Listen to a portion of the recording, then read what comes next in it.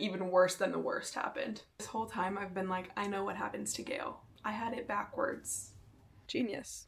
Oh, okay. No big deal. Sexy.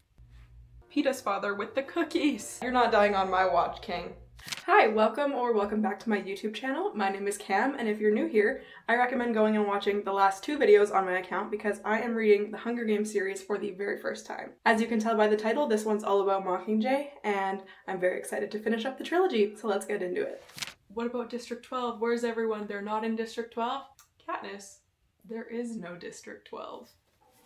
Hence the reason Peta's dad is no longer with us. That's kind of where my knowledge of the Hunger Games ends. I know what happens to Gail. So basically, we opened Mockingjay in District 13, and no one was even certain that District 13 was a thing, but that is where we were taken when the rebel helicopter scooped us up from the arena. Peta was not so lucky. I don't know about everybody else, but I am shocked that they were all in on it the whole time. Katniss goes to visit District 12. She is met with nothing. She's met with a skull on the ground, actually. The rest of the people who didn't make it out were either burned or rotting. So that's comforting. She's like standing in the spot where her old house used to be. There's nothing left. The Victor's village is still perfectly intact, which is horribly ironic. The rest of the town burned to the ground. She's like walking down the main drag and she goes, Peta's family bakery should have been here. There's like the lump of the melted oven left over. And then it does explicitly say that none of Peta's family made it to 13. So if he comes back, the only person that he has is Katniss. Okay, that hurts my feelings. So it kind of explains how Gail got Katniss's mom and sister and the rest of the refugees from 12 out. They snuck away to the meadow and the lake where Katniss and her dad used to fish, etc. After 3 days, the hovercraft arrived to evacuate them to District 13. I think it said there was like 800 people from District 12 that were saved, and they instantly became members of 13. It does also mention explicitly that it was 15 minutes from the time Katniss shot the dome to them shooting the innocent citizens of District 12. So she's looking around and she literally goes, I killed them.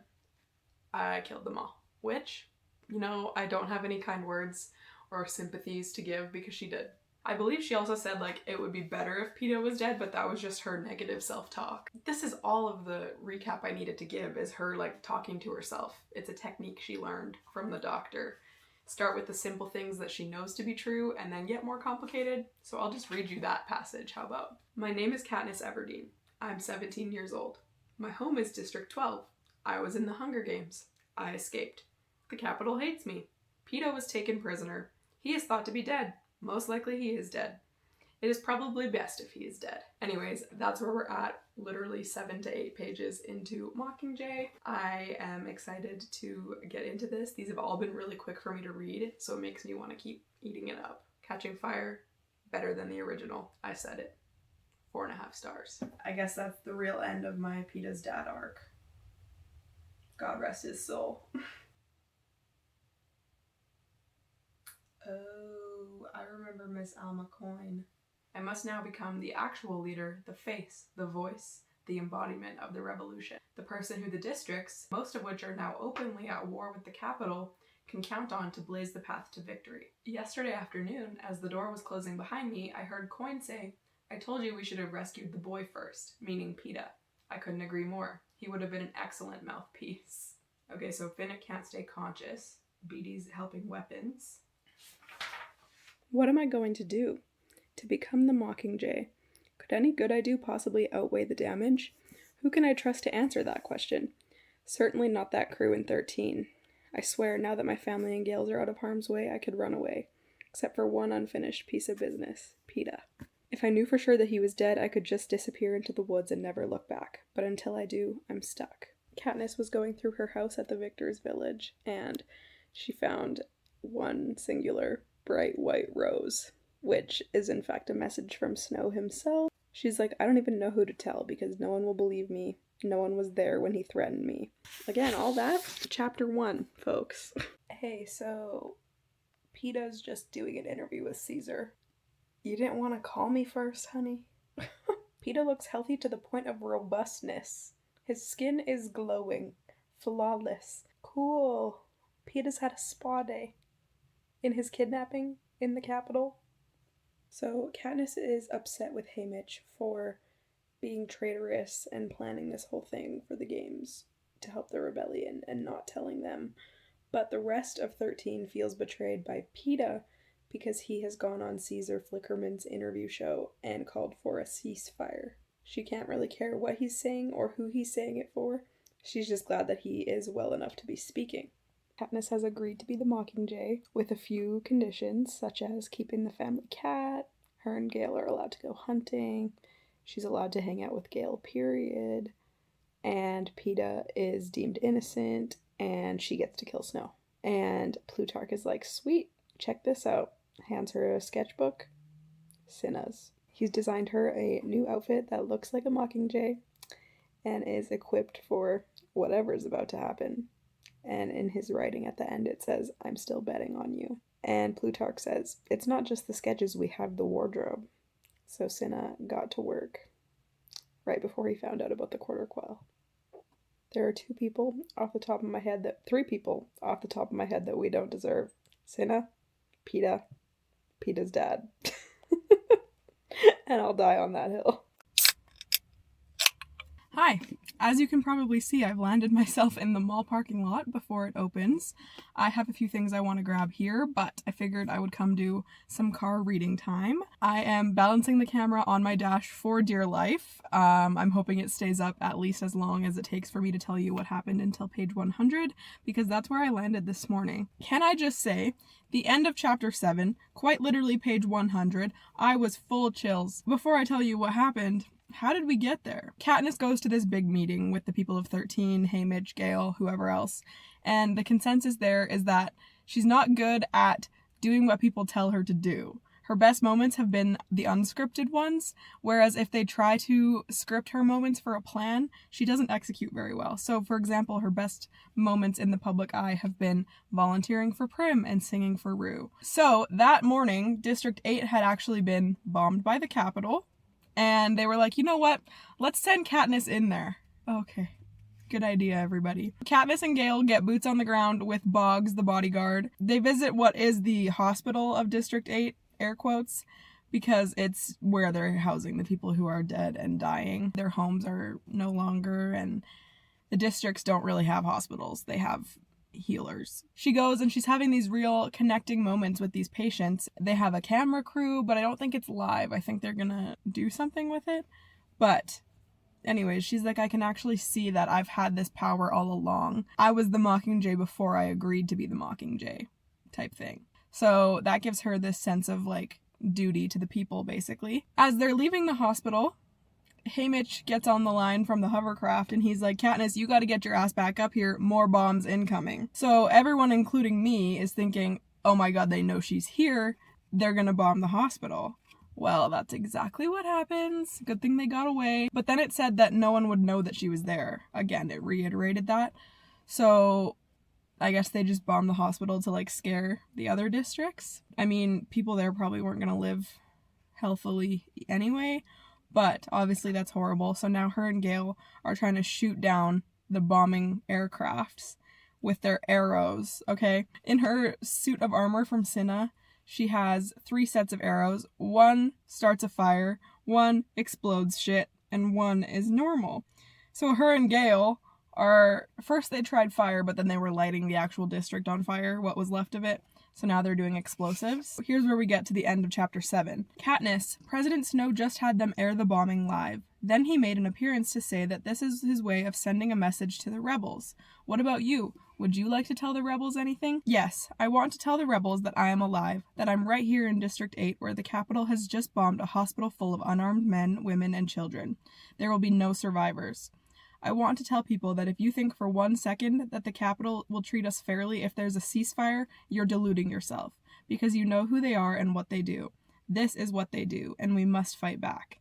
President Snow says he's sending us a message. Well, I have one for him. You can torture us and bomb us and burn our districts to the ground, but do you see that? And one of the cameras points to a burning Capitol plane. Fire is catching, and if we burn, you burn with us. Yeah, cut.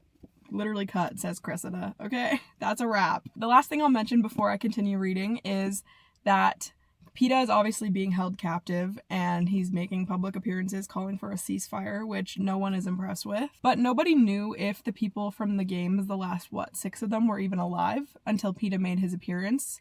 And then when Katniss got to that hospital, people were like, oh my god, she's alive, she's okay. And they did decide to tell everyone that Katniss had a miscarriage after shooting the arena from the electricity. So there goes that storyline. People were so upset for her, and she's like, I debated just telling this one hysterical woman that it was all a hoax, but to make Peta look like a liar right now is not the way to go. I wanted to read this interaction between Katniss and Haymitch. This is when they reunite, and they're kind of fighting because Katniss is pissed at him for not telling her and Peta about this alliance situation and sending her into the games. He says, we're going to have to work together again, so go ahead, just say it. All I can say is, I can't believe you didn't rescue Peta. I know, he replies. There's a sense of incompleteness, and not because he hasn't apologized, but because we were a team. We had a deal to keep Peta safe. A drunken, unrealistic deal made in the dark of night, but a deal just the same. And in my heart of hearts, I know we both failed. Now you say it, I tell him. I can't believe you let him out of your sight that night, says Haymitch. I nod. That's it. You didn't have a choice, and even if I could have made Plutarch stay and rescue him that night, the whole hovercraft would have gone down. We barely got out as it was. He's not dead yet, Katniss. We're still in the game. I try to say this with optimism, but my voice cracks. Still in, and I'm still your mentor. Haymitch points his marker at me. When you're on the ground, remember I'm airborne. I'll have the better view, so do what I tell you. We'll see, I answer. They might be my favorite relationship, and that's because I am anticipating Sunrise on the Reaping, okay? I don't know. Who's Haymitch's mentor? That's a question for the ages. I never thought about that. We're also finding a new friend in Boggs. Well, he's acting as Katniss's bodyguard in this District 8 scenario, but I think he actually is like a partner or bodyguard for Alma Coin. So Katniss is very hesitant to like him, but she has made the conscious decision after a few of his remarks that she wants to befriend him. And now she's injured and puking on his bulletproof vest. So I think you have to be friends with each other after that. Now they're throwing together anti-capital propaganda advertisements, and they have overridden every channel except the Capitol. So every district is now seeing this crazy video of Katniss talking and overlaid with like clips of the war and the bombing and the patients and the blood. Now they're going to start a campaign called We Remember, which will basically be a tribute to the tributes, and they'll have an in with each district because they'll start making videos about Rue and videos about Megs. That's a good idea, if I've ever heard one. And they're going to have Finnick narrate, which is genius. Sexy. In the last 5 days since we saw Peta talking to Caesar, he's now talking to him again, but he looks like he's lost 15 pounds, and he's got a hand tremor, and he looks like shit under all his makeup. Oh, Peta, I whisper. Oh my god, he's just making her sound dumb. I doubt she even really knows what's going on in the war, what's at stake. Is there anything you'd like to tell her? Don't be a fool, Katniss. Think for yourself. They've turned you into a weapon that could be instrumental in the destruction of humanity. Do you really trust the people you're working with? Do you really know what's going on? And if you don't, find out. Black screen, Seal of Panem, show over. And she's just sitting in the hospital with Finnick watching that, by the way. Awesome! Awesome! Finnick grips me hard by the arm. We didn't see it. What? We didn't see Peta, only the pro on 8. Then we turned the set off because the images upset you. Got it? So what, Katniss and Finnick are just gonna go on a Peta rescue mission? Is that what's gonna happen? Oh, and then it opens chapter 9 with her having nightmares. And Peta's not there to come for her. Now more than ever, I question how you can be Team Gail. I don't know the consensus on being Team Gail, what the stipulations are there. Does it end? Like, now she's thinking, I don't think I trust Plutarch. And Gail is the one who, like, convinced me that it was okay to be here, and he's been working with them. But then there's poor Peta. And she's, like, having nightmares without him, because he has nightmares without her. Okay, I'm bringing you the important research here. We're gonna Google if you need a tongue to whistle. Because Pollux is an Avox, which is just gibberish if you've never read this. But let's pull out the old cell phone. Anyways, I hope Suzanne did her research because I'm not finding a clear answer besides Google Gemini. Apparently, yes, you can whistle without a tongue. Has anyone ever Googled that before? We're singing The Hanging Tree for the first time in 10 years because it's forbidden. I started filming as if I was gonna sing it for you. I'm not. Strange things did happen here, no stranger would it be. A hush in the trees, just the rustle of leaves in the breeze, but no birds, mockingjay or other. Peta's right, they do fall silent when I sing, just as they did for my father. Oh my god, it's a memory, and she was sitting at home with Prim, who was just a toddler, singing The Hanging Tree, making us necklaces out of scraps of old rope, like it said in the song, not knowing the real meaning of the words. Nice, nice, nice. Oh, Mom yelled at Dad. Oh, it was forbidden in the home. I thought it was like forbidden. Mom forbid it. Dad said we should probably stop singing that song. The way that I've never actually critically thought. I love how we're doing reading comprehension right now, but I mean, yeah, it's interesting because I don't think I knew some of the lyrics. I am now in the middle of chapter 12 on page 172. So much has gone down, I need to tell you. I wrote a list in chronological order. We did end up having to go down in the District 13 bunker for approximately 4 days because we were being bombed on the surface. And actually not just the surface, they do have bombs that go sub-ground level, but they couldn't reach as far down as the bunker was. And thanks to Peta's message in his interview on TV, they actually figured out that that was going to happen, so they got all the citizens down to the bunker. The last two people to enter, Prim and Gail. Katniss gets there, she sets everything up. She's like, my mom shows up, where's my sister? Mom goes, I thought she was with you. Oh my god, she went back for the cat. So Katniss literally catches them as they're about to seal the giant door. She like shoves her body in there. All of a sudden you hear, we're coming, we're coming. Who's we? Well, Prim runs around the corner with none other than Gail. Does this feel slightly foreshadowy? Saving Prim might cost Gail some things, including life. Okay? Maybe. The most entertaining thing down there, Katniss playing with a flashlight and her cat, which brings her to the realization that's how Snow is playing with her and Peta. Snow doesn't want to kill him. He didn't get beat up to literal death at the end of that interview when she saw his blood. Snow will not have Peta killed because then he'll have nothing to hold over Katniss's head. So that's kind of a hard realization for her. So she knows Peta won't be dead, but his life right now is worse than death because he's just trapped in the capital under Snow's control. So she goes to Finnick about this and he goes, oh yeah, that's exactly what's happening with me and Miss Annie, Cresta. And she's like, oh, okay, so what do we do about it? They both just end up having a freak out. Katniss loses it, gets sedated. A whole day later she comes to and Haymitch is sitting beside her bed. Wholesome. They had also sedated Finnick because he was freaking out about Annie, and Haymitch tells her that they have sent a team of 7 volunteers on a rescue mission for Peta and Annie, fun fact. And she's like, well, who is it? I want to go. And he goes like, girl, you know who volunteered first. None other than Gail. And so then the first line of chapter 12, today I might lose both of them. My next note is, okay, actually that whole page is just fucked up. What did Snow do to the people Haymitch loved? Because she kind of had that consideration of Snow never held anyone over Haymitch's head, but then she's like, well, Haymitch has been alone in the Victor's village for 25 years. What did he do to everyone that Haymitch loved? Horrible question to ask. So anyways, the next chronological thing that happens is we find out that Finnick was a sex slave in the capital for Snow, which is horrible news. I wrote down a quote, I want to interrupt the taping and beg Finnick's forgiveness for every false thought I've ever had about him, but we have a job to do and I sense Finnick's role will be far more effective than mine.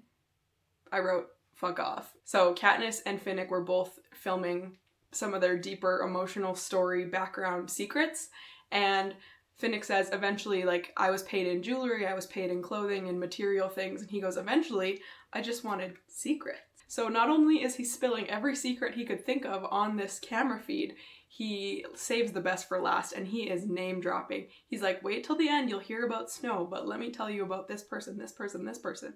Katniss has never heard of any of them, but she knows it's juicy. And then he starts talking about Snow.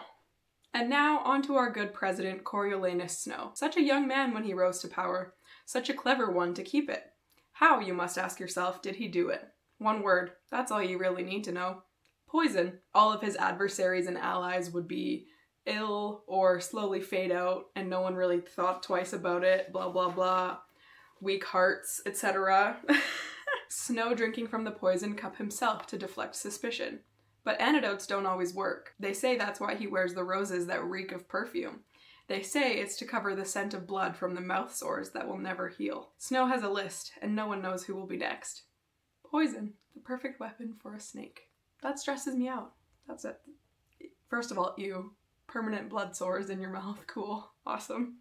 The least of what this man deserves, by the way. However, it does make you think about Tom Blythe, doesn't it? Just saying. Oh, so here's Katniss asking Haymitch, is that what happened to you? No. My mother and younger brother, my girl, they were all dead 2 weeks after I was crowned victor, because of that stunt I pulled with the force field. Snow had no one to use against me. She says, I'm surprised he didn't just kill you. Oh no, I was the example. The person to hold up to the young Finnicks and Joannas and Cashmeres of what could happen to a victor who caused problems. But he knew he had no leverage against me, until Peta and I came along. I don't even get a shrug in return. I don't like it. I actually feel a little bit ill. Did you love Annie right away, Finnick?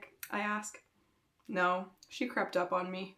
I search my heart, but at the moment the only person I can feel creeping up on me is Snow. Honey, this is not the time to try to figure out where your affections lie, okay? I understand your confusion. As much as I want you to know in your heart of hearts, I know you know. But don't try to know, okay? No, like my stomach actually hurts right now. Okay, so we have Joanna. We have Gail. I assume this is Annie. Okay, Katniss, you're being annoying. A pang of jealousy hits me. Not for either Finnick or Annie, but for their certainty. No one seeing them could doubt their love. This is not the time. Boggs is the one to break the news. We got them all out, except Enobaria, but she's from 2. We doubt she's being held anyway. Peta's at the end of the hall. The effects of the gas are just wearing off. You should be there when he wakes. He's so excited he gets up to run to her. The last sentence of the chapter.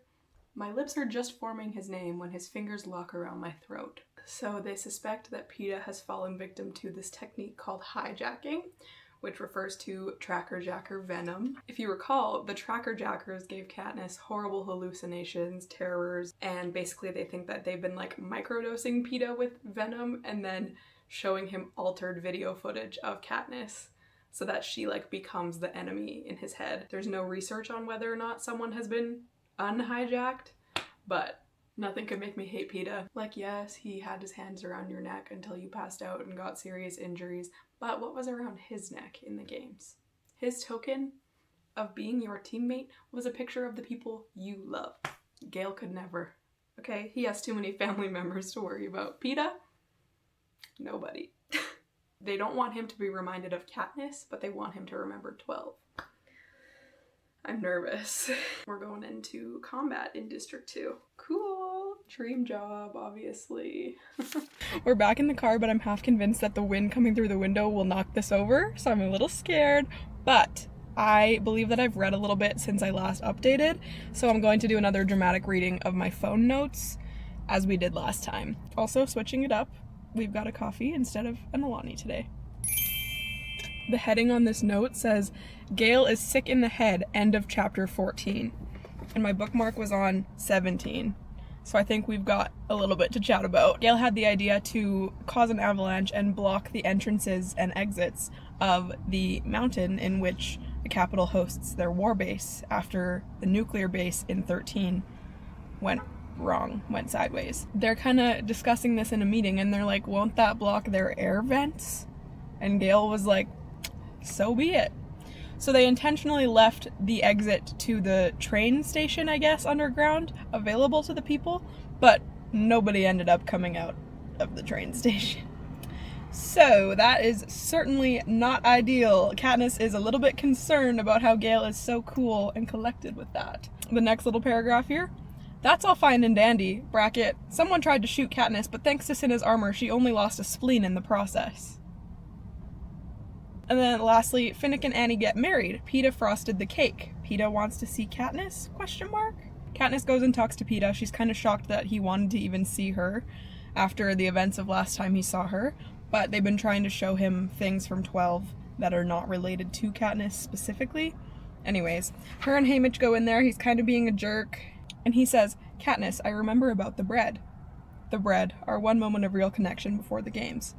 "They showed you the tape of me talking about it," I say. "No. Is there a tape of you talking about it? Why didn't the Capitol use it against me?"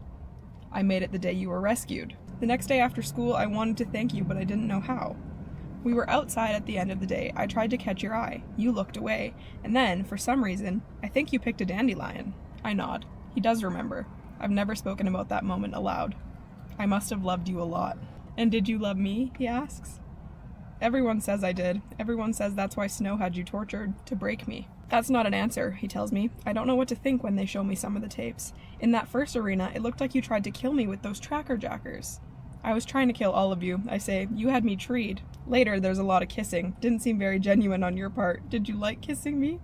"Sometimes," I admit. "You know people are watching us right now?" "I know. What about Gail?" he continues. "He's not a bad kisser either," I say shortly. "And it was okay with both of us? You kissing the other?"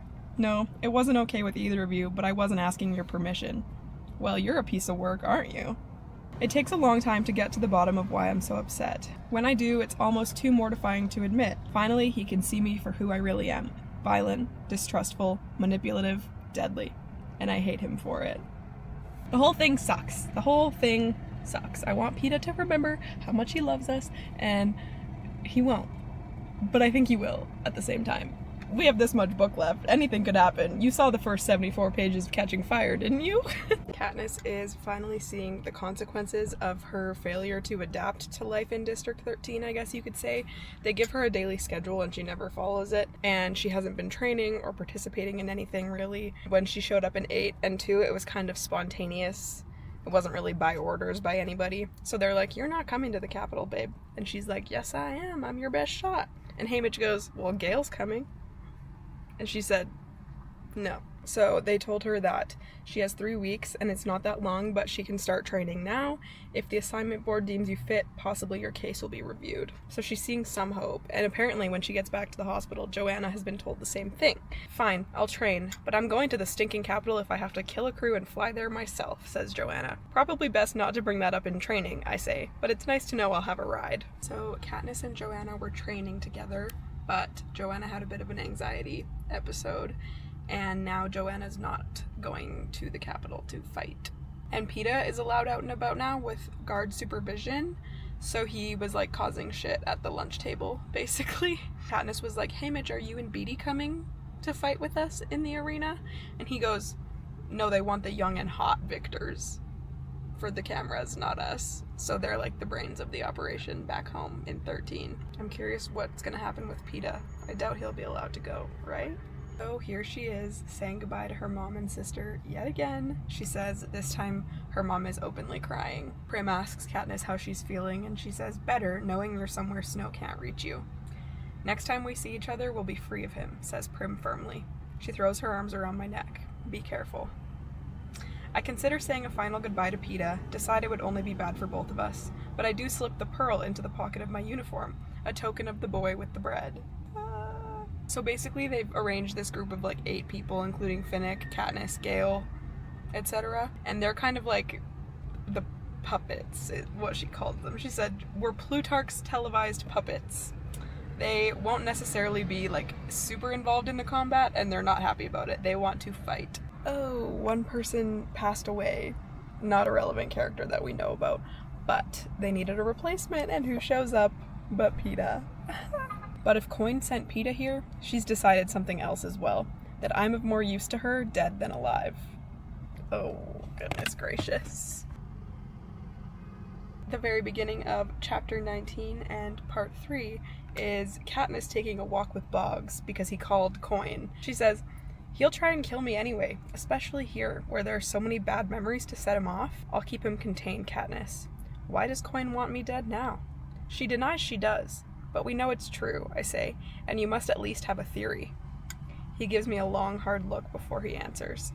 "Here's as much as I know. The president doesn't like you. She never did. It was Peta she wanted rescued from the arena, but no one else agreed. It made matters worse when you forced her to give the other victors immunity, but even that could be overlooked in view of how well you've performed. Then what is it? I insist. Sometime in the near future, this war will be resolved. A new leader will be chosen.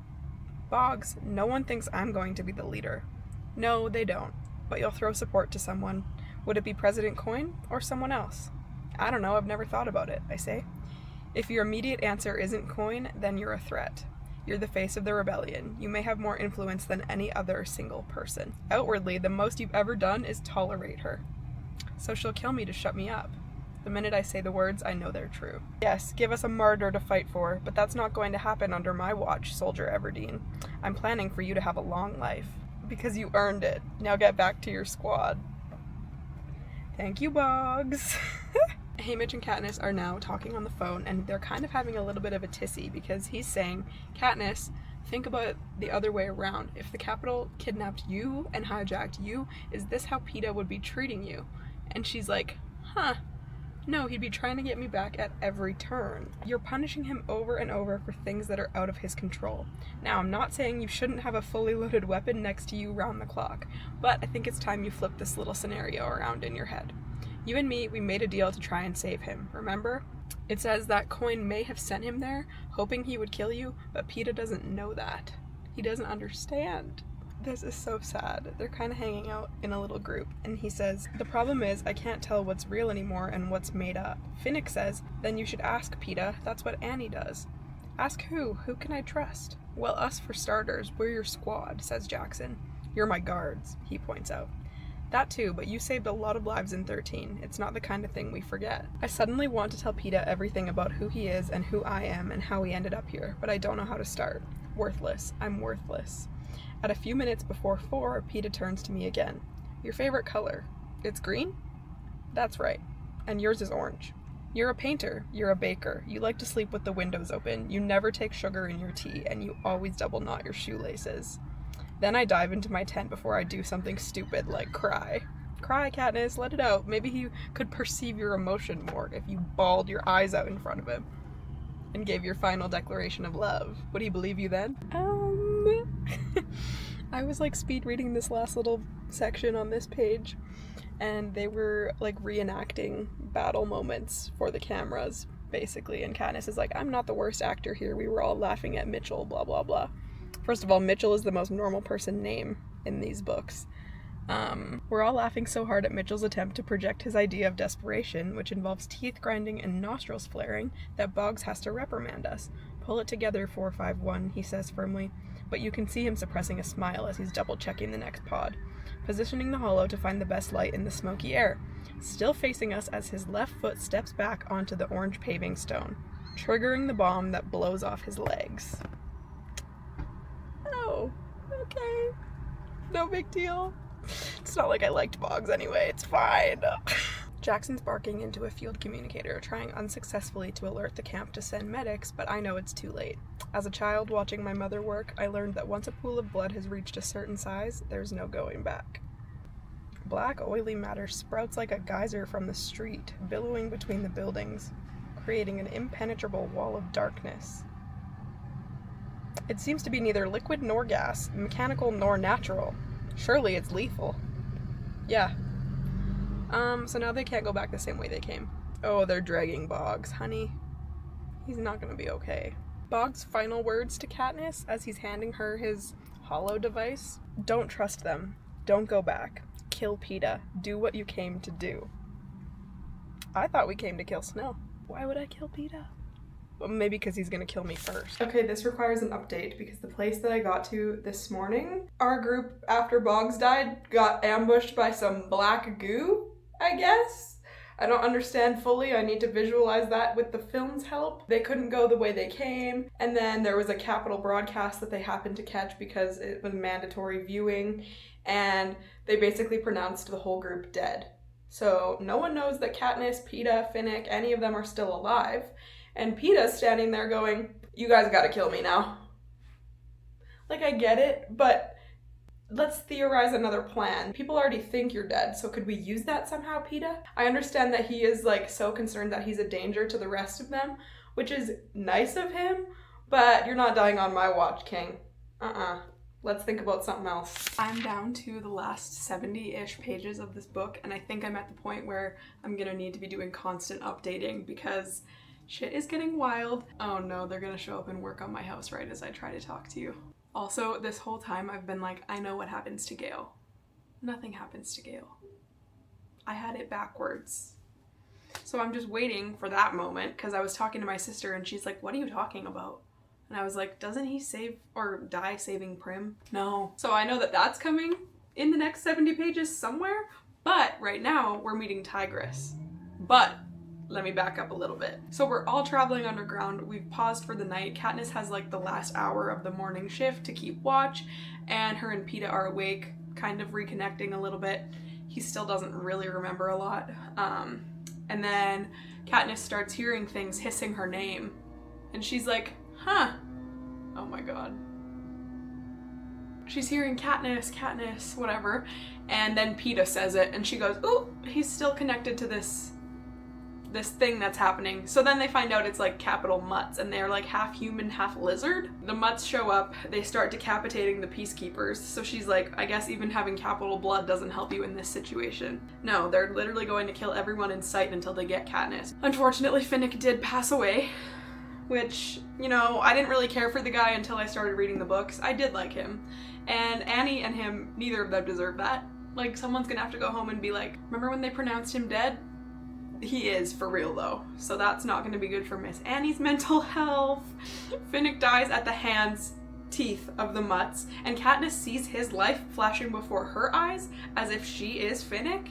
It describes, like, Annie and Megs and the waves hitting rocks. And then it's over. I wrote, boo, in all caps. Now it's only Katniss, Peta, Gail, Pollux, and Cressida left at the start of chapter 23. They're still trying to be on the move, running away from these mutt things. I think they like burned a bridge. Gail used an arrow. This is so annoying.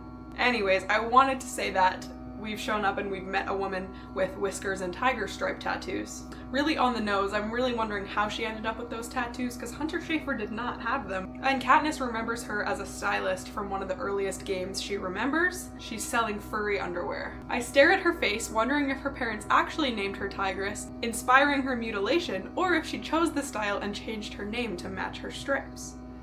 Plutarch said you could be trusted, adds Cressida. Great, she's one of Plutarch's people, so if her first move isn't to turn us into the capital, it will be to notify Plutarch and extension Coin of our whereabouts. They don't want Coin to know where they are. I would love to read you this conversation between Peta and Gail, but my environment does not allow for a peaceful reading experience. A chill runs through me. Am I really that cold and calculating? Gail didn't say, Katniss will pick whoever it will break her heart to give up, or even whoever she can't live without. Those would have implied I was motivated by a kind of passion, but my best friend predicts I will choose the person who I think I can't survive without. There's not the least indication that love or desire or even compatibility will sway me. It will be the question of whether the baker or a hunter will extend my longevity the most. It's a horrible thing for Gail to say, for Peta not to refute. At the moment, the choice would be simple. I can survive just fine without either of them. Was it a total disservice to this vlog for me to finish this book off camera? Yes. However, did anyone want to listen to that? No, you didn't. I did go ahead and finish Mockingjay. Which means I'm done the trilogy, and that feels really strange. It's been a little over a week since I first picked up The Hunger Games, and now I'm done the first 3 books. I'm really glad that I finally picked these books up. There's a lot more to offer in the books than in the movies, which is typically true of almost anything, but it's nice to know a little bit more into Katniss and Peta and their world and every single person in this series. I believe the last thing I was telling you about is when Finnick died and Katniss woke back up. That's actually where I want to start with my final thoughts on this book. I feel like at every turn we were skirting around the action scenes and Katniss, they're back. And Katniss would just wake back up in the hospital, wake back up in Snow's mansion. I feel like in the movie for some reason I can picture Gail actually being there and trying to save Prim. But in the book, he built the bomb that was then dropped on the children, which Don't get me started on the fact that Snow's barricade was a meat shield made of hundreds of children. And then Gail and Coin and Beatty joined forces to drop bombs on them. What? I was anticipating the worst, which would actually be kind of good because we know that I'm not Team Gail, and then even worse than the worst happened. Rest in pieces, Primrose Everdeen. So this is one of those moments where we wake up back in a hospital of sorts, but this is actually Snow's mansion. So Gail shows up and he brings her a bow and a sheath with one arrow in it. The one that's going to end Snow's life, right? And she says, what if I miss? Does Coin retrieve it and bring it back to me? Or just shoot Snow through the head herself? You won't miss, says Gail. So finally I just say it. Was it your bomb? I don't know, neither does Beatty, he says. Does it matter? You'll always be thinking about it. Shoot straight, okay? Like, F off, Gail, actually. Before this mission to go out there and get Snow, they all kind of come together and they realize that, like, the people in the room with them are the only remaining victors of the Hunger Games. There's like 8 people. They conduct a vote on whether or not they should do one last Hunger Games with the children from the capital as like revenge. And the consensus is yes, including Katniss and Haymitch. They were like, you know what? Yeah, which is crazy. But that was under Coin's control. And long story short, Katniss has her shot on Snow. And then last second, she's like, no, you know what? Aims up right at Coin. And Snow dies anyway because he's old and coughing up blood. And they're like, I don't know if it was the blood, if he choked, or if the crowd smothered him. Then we have another cutscene, like I was talking about, and she kind of wakes up from this experience and goes back to the Victor's Village in District 12 with Haymitch, and then she doesn't leave her house for days, if not weeks. And what's her name? Greasy Say? I don't think I ever mentioned that, but a woman that used to cook in the district market, you could say, shows up twice a day and makes Katniss food, and Katniss is very suicidal. And then Peta shows up. Finally. Took him long enough. And he's planting primrose bushes. At first she's like, ew, roses, President Snow. And then she's like, no, they're primroses for my sister. Thank you, husband. This is when we find out that Gail has a new position in District 2. He's really not coming back anytime soon. Then Prim's cat shows up, which means he must have gotten out of the bunker in 13 and then walked all the way to 12. Hi, Buttercup. Also, Katniss's mom is not planning on coming back to 12. She is working as her little apothecary in 13 still, I think? Somewhere. She's not coming back. Katniss has this idea to make a book. The page begins with the person's picture, a photo if we can find it, if not a sketch or a painting by Peta. Then, in my most careful handwriting, come all the details it would be a crime to forget. Lady licking Prim's cheek. My father's laugh. Peta's father with the cookies. Peta's father with the cookies. Thank you for bringing that back up, Suzanne. Thank you. The man that he was. The man that he was and the man that he raised, okay? Because planting the primrose bushes. Continuing on, but once more for good measure, Peta's father with the cookies. The color of Finnick's eyes. What Cinna could do with a length of silk. Boggs reprogramming the hollow. Rue, poised on her toes, arms slightly extended, like a bird about to take flight. On and on. We seal the pages with salt water and promises to live well to make their deaths count. Haymitch finally joins us, contributing 23 years of tributes he was forced to mentor. Additions become smaller, an old memory that surfaces, a late primrose preserved between the pages. Strange bits of happiness, like the photo of Finnick and Annie's newborn son. We learn to keep busy again. Peta bakes, I hunt. Haymitch drinks until the liquor runs out, and then raises geese until the next train arrives. Fortunately, the geese can take pretty good care of themselves. Although no one seeds it, the meadow turns green again. Peta and I grow back together. There are still moments when he clutches the back of a chair and hangs on until the flashbacks are over. I wake up screaming from nightmares of mutts and lost children, but his arms are there to comfort me. And eventually his lips. I don't think I've mentioned it, but their thing with Peta, because he was not sure what he was hallucinating, he would just ask real or not real. So these two kiss. There's a big paragraph about sweetness and how only Peta can provide that comfort and happiness for Katniss. And he whispers, you love me, real or not real? I tell him, real. So then we have the epilogue where we find out that Katniss and Peta had a daughter and a son. It says, it took 5, 10, 15 years for me to agree, but Peta wanted them so badly. And she's like, my daughter's getting to that age where she's gonna ask questions. They're learning about the games, and the kids know that Katniss and Peta had something to do with it. Then she writes the lyrics of a little song. Not The Hanging Tree, a different tune. I think the one she sang to Rue, maybe. My children, who don't know they play on a graveyard. Peta says it will be okay. We have each other, and the book. We can make them understand in a way that will make them braver. But one day I'll have to explain about my nightmares. Why they came. Why they won't ever really go away. I'll tell them how I survive it. I'll tell them that on bad mornings it feels impossible to take pleasure in anything because I'm afraid it could be taken away. That's when I make a list in my head of every act of goodness I've seen someone do. It's like a game. Repetitive. Even a little tedious after more than 20 years. But there are much worse games to play. The end.